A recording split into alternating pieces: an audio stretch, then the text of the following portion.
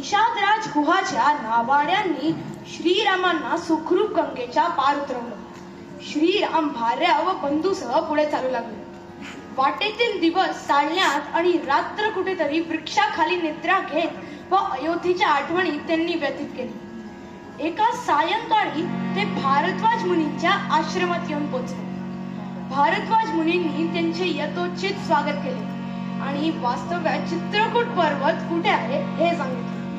चित्रकूट पर्वतावर जाण्याचा मार्ग देखील सांगितला. त्यांचा निरोप घेऊन श्रीराम पुढे निघाले.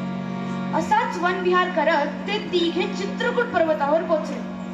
तेथील एका सपाट व मनोहर जागेकडे अंगुली निर्देश करून श्रीराम म्हणाले,